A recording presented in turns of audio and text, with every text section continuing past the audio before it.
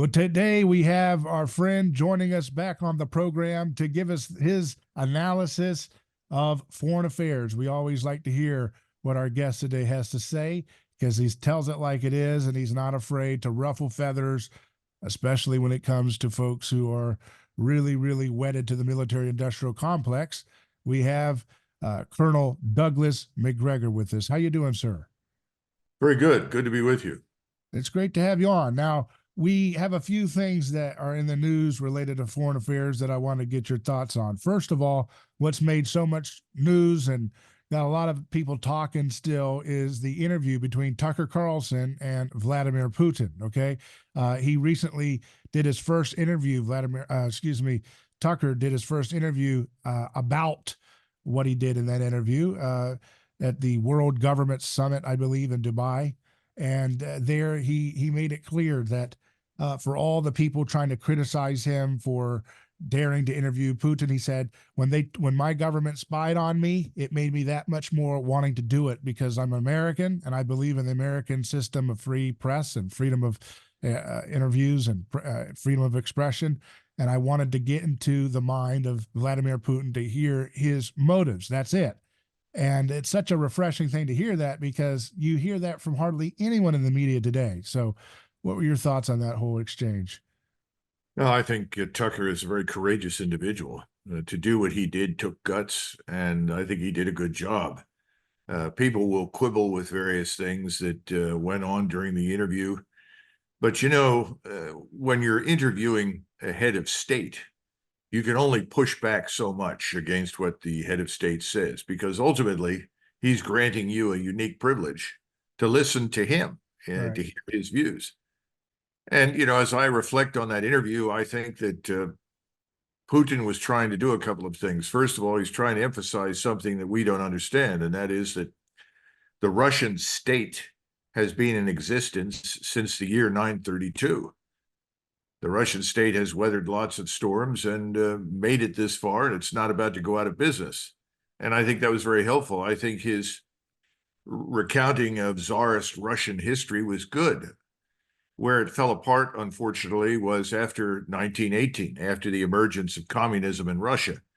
And Putin ultimately decided to skip over it, trying to blame everything that was wrong in the world on the usual suspect, Adolf Hitler, when in reality, without communism that comes to power in Moscow in 1918, and the millions of people it slaughters in the ensuing 2 decades before the Second World War, there wouldn't have been a Second World War. He didn't bother to point out that Stalin was only too eager to help liquidate Poland because in addition to gobbling up half of Poland, thanks to his agreement with Adolf Hitler, he also moved in and seized Lithuania, Latvia, Estonia, and half of Finland. And millions of people disappeared into the Gulag system. We can't gloss over those things. It's unfortunate that Tucker couldn't have raised that issue with him because sadly, that is a legacy that Russia continues to struggle with. Communism, Stalin, and the mass murders, orchestrated famines, incarcerations, deportations, and shootings that took the lives of millions and millions and millions of people. And this thing that everyone keeps insisting is the Great Patriotic War was not as he describes it. It was hardly the Great Patriotic Event. Ultimately, you can't go into these things, but he could have pushed back a little bit on that. Otherwise, I think that Putin had the opportunity to point out what has happened since 1992, and he accurately depicted the series of events that led up to his intervention in eastern Ukraine. Now, it would have been helpful if Tucker had said, "Were you surprised by what happened when your forces went into eastern Ukraine?" Because I think he was. I don't think he expected the quality of the resistance that he encountered. He obviously didn't expect to fight a long war because it became very clear after the first 90 days to 180 days that this was going to be a long war.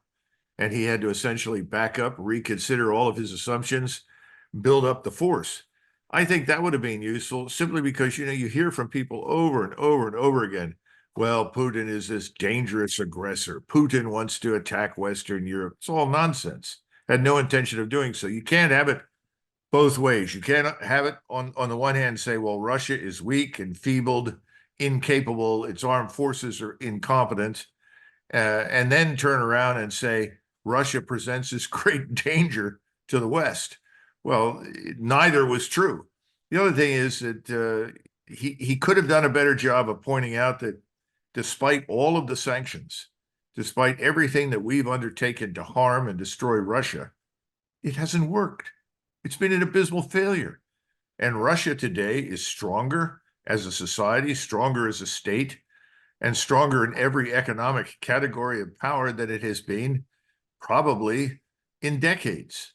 So, it would have been good if those things could have come out. But on the other hand, as I said before, how much can you as an interviewer push your head of state to tell you? But I think on the whole, it was successful because I think people did get a glimpse, those that listened to it and paid attention, of reality. And reality is what your opponent thinks. It's not what you think. And that I think was a crowning achievement. Will go down in history as a very positive development. Yeah, and it was interesting. He said, do you see the act of God moving in the affairs of men? And he said something more like, no, I just see it like there's a series of laws that governments have. And so it kind of reminded me of the bureaucrat mind of Vladimir Putin. He's just looking at, he's like, technically you failed on this term. And, he's a bureaucrat. He's negotiating the terms of international law as he sees it from his perspective. Right. Yeah, I think that's a valid point. On the other hand, he has done a great deal to restore Orthodox Christianity to its rightful place in Russian identity, culture, and history. So I think the Russians are grateful for that. It's astonishing when you think for 70 years, the population of the Soviet Union, whether it was Christian or Muslim or anything else, was essentially governed by an atheistic, materialistic regime that felt nothing but contempt for religion and for God. Now, all of a sudden, you have the opposite. And I was a little surprised at his answer, but I would tell you, we don't know how that question was translated.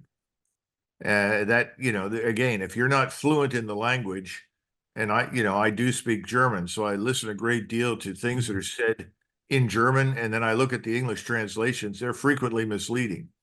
So it could be that he didn't interpret the question in the way that I think Tucker meant it. Yeah. Because if there's one thing that Vladimir Putin is, he's an Orthodox Christian. Right. Well, it seems like maybe I was wondering that too, if maybe he thought he was saying, like, do you think God's design is behind what you've been doing lately? Like you've got some kind of mandate from heaven in your wars. Maybe he was trying to downplay any kind of theological vision. I don't know, but it didn't seem to be. I thought I don't. But then again, I think he's pragmatic. I mean, it's like Donald Trump. Donald Trump, he does things that folks in evangelical America appreciate, but he doesn't couch his language saying, hey, look, I have been inspired by God to do this. He usually uses more pragmatic business type language, whereas Putin as a bureaucrat, he's going to use more international law language. You know what I mean? No, I think that's true. And the other thing is that if he had spoken along the lines that you're talking about, people would have dismissed him as some sort of unserious religious fanatic. Right. How many times has someone stood up and said, I prayed about something, I thought about it long and hard, and I came to this conclusion because I was convinced after prayer and listening to my inner voice, listening effectively to the divine, that this is what I should do. You don't hear it very much because you're going to be castigated for saying that. Who are you? Oh, so God speaks to you? Yeah. You mean God speaks to you only? You're the one? You're in trouble right away. People just heap abuse on you. So that may have been part of it, but I just don't know what the original question sounded like in Russian. Yeah. I do know that Vladimir Putin is a serious Orthodox Christian. Do you think that with the interview that has probably to me, I was looking at the way he reflected on his interview in that interview he did in Dubai. I think it was Dubai, but he said basically, I wanted to just show people the other side's perspective and they can come up with their own conclusions. Uh, and he said, in the way he said, I think Putin is the interviewer for Tucker said, do you think this is a person, having done the interview and your conversation with him afterwards, that is seriously open to compromise with the West? And he said, I think so. And I thought, when I was watching Tucker, I said, this is what it looks like. Blessed are the peacemakers, for they shall inherit the earth. Because Tucker doesn't have to do this. He could ride off into the sunset and be very comfortable doing what he's already done. He's made millions. He's had all the success. He could do a lot more easier interviews. He could play it safe, but No, he's I playing think a high stakes game for peace, and that's a commendable role. Tucker Carlson offends the left and the swamp in general, because Tucker Carlson is a man of character. Mm-hmm. And what do I mean by that? Exactly what you just said. This is nothing that he had to do. This was not an exercise in grandstanding by any means.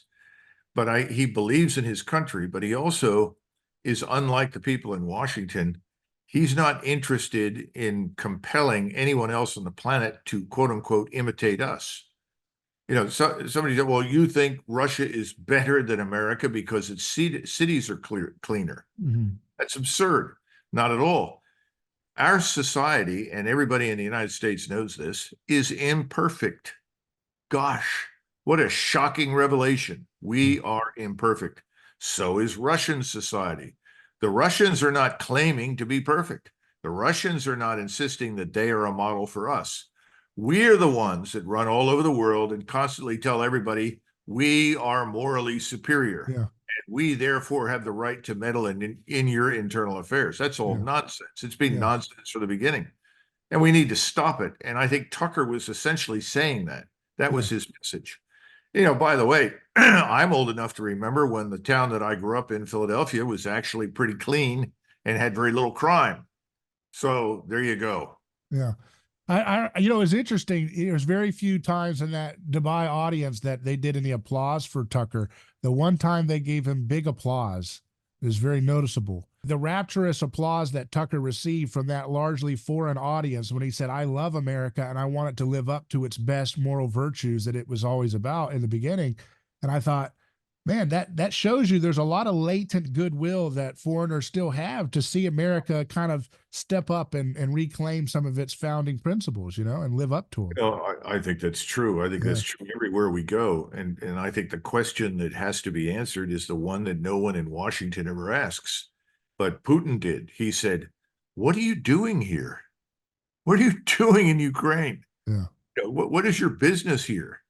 Yeah. And he pointed out that this was, in many respects, a civil war. Right. And he talked about that. In other words, you have serious problems at home.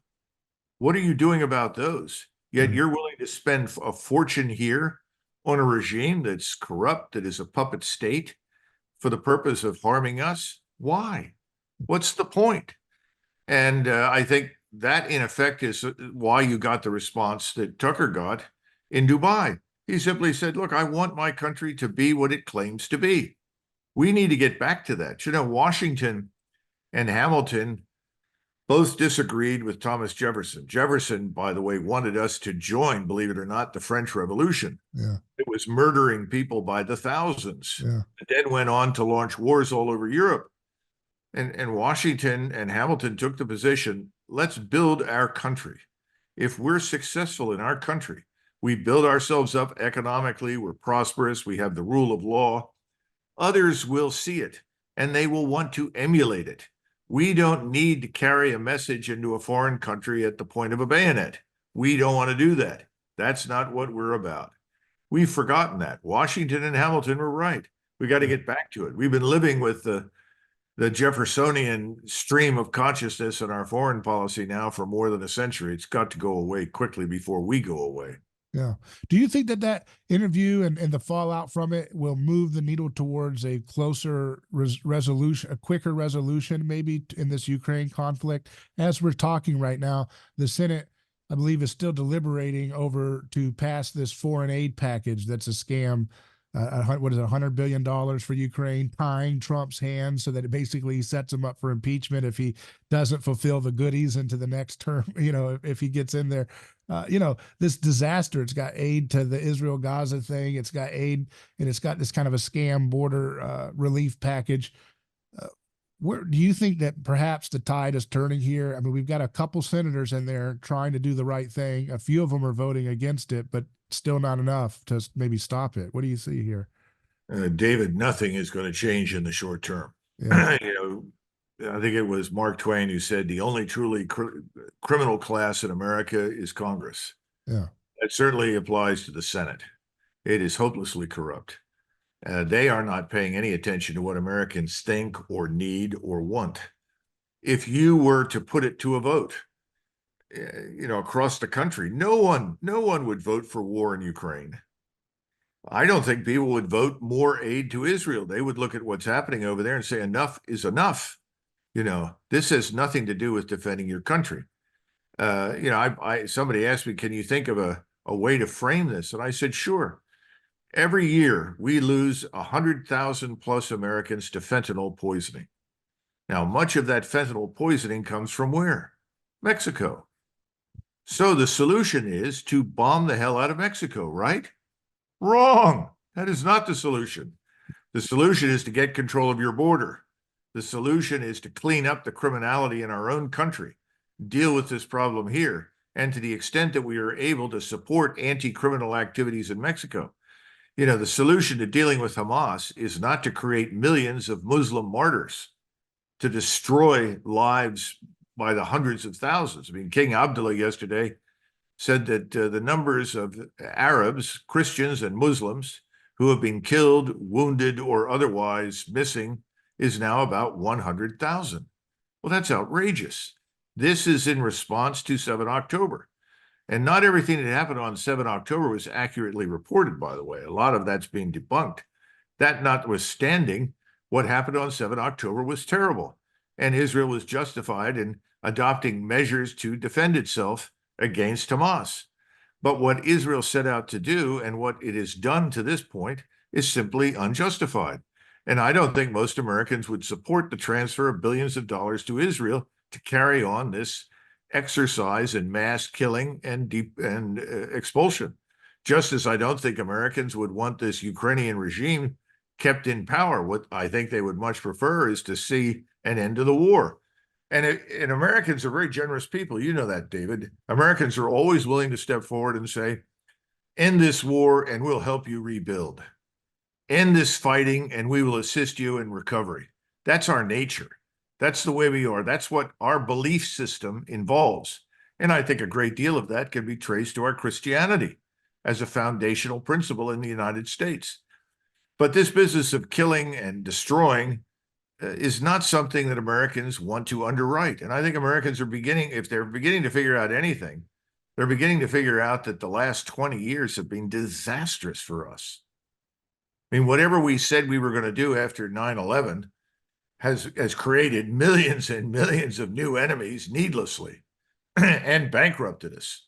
What are the latest figures? 14 trillion wasted on these various interventions and so-called global war on terror. And what do we get for it? Does anybody ever sit down and ask how many hospitals could have been built? How much better our educational system might be? I mean, nobody raises those.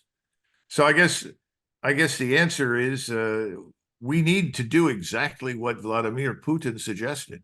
We need to think about our own problems, and we should help people find a way to end this thing, but it's not going to happen. No one in Washington will stand up and accept responsibility for having been wrong. Yeah, well, that's why Tucker said at the end of his interview, he said, what if would you accept a deal where we say NATO won and this just,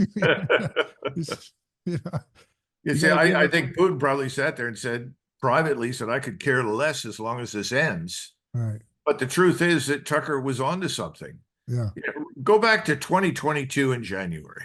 Yeah. And in January of 2022, the great men of Washington were all saying two things. First of all, the Russians will never invade. They will never do this. They realize what a terrible risk this is. They are too vulnerable. their financial system will collapse. Their economy will collapse. Their armed forces are incapable and so forth. All right, where are we today? We found out all of that is wrong. Someone sent me an estimate yesterday that there's at least $75 trillion in terms of natural resources, mineral deposits in Russia that have not even been tapped. You know, Russia is not a country you can isolate and destroy. It's impossible. So we've learned that lesson. Now we're looking at the Middle East and we've convinced ourselves, well, the Arabs aren't going to do anything. They're incompetent. The Muslims can't do anything. The Turks can't do anything. The Iranians can't do anything. No one will dare challenge us. The Israelis can do what they want as long as we support them. Well, I think they're making a miscalculation because I think this Muslim world is uniting. It's coalescing in ways that we have not seen, I would say, for hundreds of years. And I think the consequences will be profound as the consequences were for Ukraine. So we've got to be very careful of the people in Washington because they are suddenly overnight, regardless of the topic, experts on everything. Guess what? They're not. Yeah. Yeah. There's related to that topic you just raised there. The Times of Israel has a story. Egypt says peace treaty with Israel safe despite jitters over the Rafah offensive. Foreign Minister Shokri appears to rebuff reports that Cairo could suspend agreement if IDF pushes into southern Gaza City, risking influx into Sinai. So that's got people rattled there a little bit, that news. There was another headline says, Egypt threatens, this is Voice of America, that Egypt threatens to suspend peace treaty with Israel. Egypt on edge, CNN says, as Israel's war presses more than 1 million Palestinians up against its border. What do you see unfolding here? Well, they're all right. Everybody said something that is true. On the one hand, the Egyptians, the Jordanians, these countries already have very large populations that they struggle to feed and clothe and house. They're not interested in going to war. The Egyptian population in 1973, at the end of the 73 war, was roughly 40 million. And the literacy rate was, I think, somewhere around 40%. Today, there are 100 million Egyptians, and the literacy rate is up in the 80s. Now, my point is that things have changed in the region. This thing that we constantly obsess over called the cell phone, everybody's got it. And everybody has access to information and news. Now, we don't always have access to everything we'd like, but my point is the world has changed. And Sisi in Egypt, who absolutely does not want a war, is in a very dangerous position because his population is quietly enraged by what they are seeing. Remember, Mr. Netanyahu turned to the entire Islamic world and effectively said, you are animals. You deserve to be destroyed. That's not likely to cultivate very many friends in the Islamic world. Now, they are killing people. And you're kind of referencing the Amalek reference that he made, yes, right? Yeah. And tens of thousands of the people dying in Gaza are women and children. That's a fact. That's not fantasy. You put this together, and the population of Islam is aware, understands this. If their leaders fail to act against this, they will be removed from power. Those are the facts. And Sisi in particular is very concerned about it. Now, Mr. Erdogan, the president of Turkey, has been very vocal in his criticism of Israel.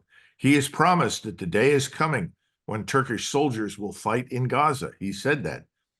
He meets with the president of Egypt, General Sisi, on Wednesday, tomorrow. And he has said in his cabinet meeting, the top issue for discussion is Gaza. Now, why would the Egyptian president want a meeting with Mr. Erdogan?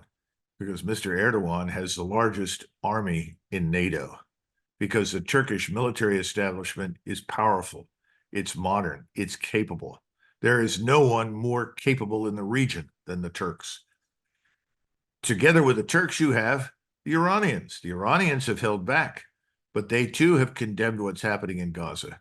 And no one should exclude the possibility that if the Israelis attack Hezbollah, and there's been a lot of talk about that in Israel, moving to the north now, Having destroyed as much as they can down south, they move north and they invade southern Lebanon. That would bring in Iran. Now, this is unnecessary. My point is, you don't need to be a genius to figure out where the cards, so to say, are going to fall. We know exactly how this goes down. Israel may not survive this outcome. That should be at the top of everybody's concern. What is the first obligation of every head of state in strategy? To ensure the survival of his state. You don't put your country at risk unnecessarily. Everything is calculated. And wars have a bad habit of moving in directions that nobody thinks will happen. Somebody said years ago, I think it was Enoch Powell, history is littered with wars that everyone said would never happen. And the same people that said the Russians will never go in to eastern Ukraine and the Russians are incapable and they will fail are saying there will be no regional war in the Middle East. The Israelis can kill these people to their heart's content and no one will interrupt. That's wrong. And that's dangerous. It's dangerous for them. It's dangerous for us, David. Yeah, Al Jazeera has a story. Iran simulates strike on Israeli base as it showcases its naval force.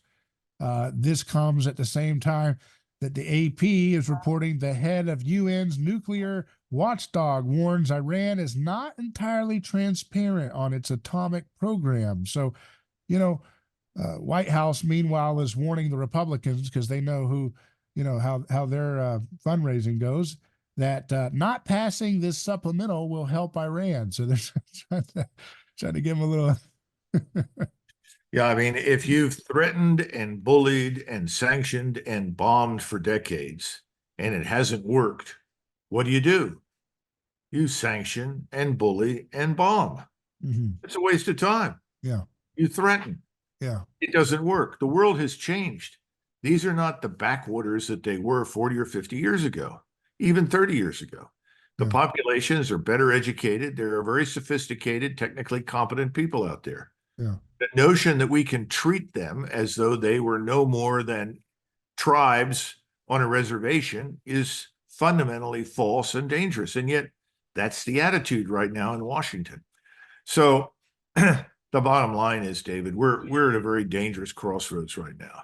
Sometimes I'm reminded of that statement that came out of the Vietnam War. Somebody said, well, we had to destroy the village in order to save it. Sometimes I think that this administration and their friends in Washington, Republicans and Democrats, have all concluded that we have to destroy America in order to save it. Yeah. I think that's what I see going on. I think they don't look at America as something that's worth saving. They see it as an asset of the New World Order that they are more in alignment with. Really, they just kind of they'll sell it for scraps if they have to, for scrap. Oh, sure. I've had people tell me to my face, "Who are you kidding, Doug? Who are the American people you talk about? Who are these people? They don't exist. They don't even know who they are." Yeah. And I said repeatedly, just because large numbers of men with guns have not shown up to restore Thomas Jefferson's memorial, to restore Lincoln's memorial, to halt the dismantling of the Confederate memorials that were down south, which incidentally, all were put up as symbols of reconciliation between the North and the South after the Civil War. Yeah. That's why they're there. I say, just because it hasn't happened doesn't mean that if you push hard enough, that you won't discover that there is an American population. They're real. They call themselves Americans. They're not hybrids. They're not something else than Americans. They're just Americans. They're out there. We know that. You know that. I know that. But people in Washington don't think so. Yeah. Let's hope that perhaps, one of the positive silver linings that's developed here, and we'll land the plane here, is this notion that the anti-war left is starting to wake up again after the overreach in Gaza, after so many kids. You're starting to see them really animated against Biden's actions here. And one wonders if they'll start to remember, oh, wait, we're supposed to oppose the Iran war too. And, oh, wait, well, I guess maybe this Russian thing is overblown too. You can only hope. I don't know. It's not that hard to connect the dots to say, wait a second, rah, rah, go kill the Russians in Ukraine. And then no, don't do the war in Iran, and no, let's not keep the thing in Gaza going. It's like that's not that hard of a mental, logical next step there, you know? No, I So, think you're right. And that's why our country, our choice, we say God, family, country. You don't have to be a Republican. You don't have to be a Democrat. You don't have to be an independent. You can be whatever you want. But I think those of us who are Americans can agree on that simple statement: God, family, country. We have to get back to it. We have to think in those terms.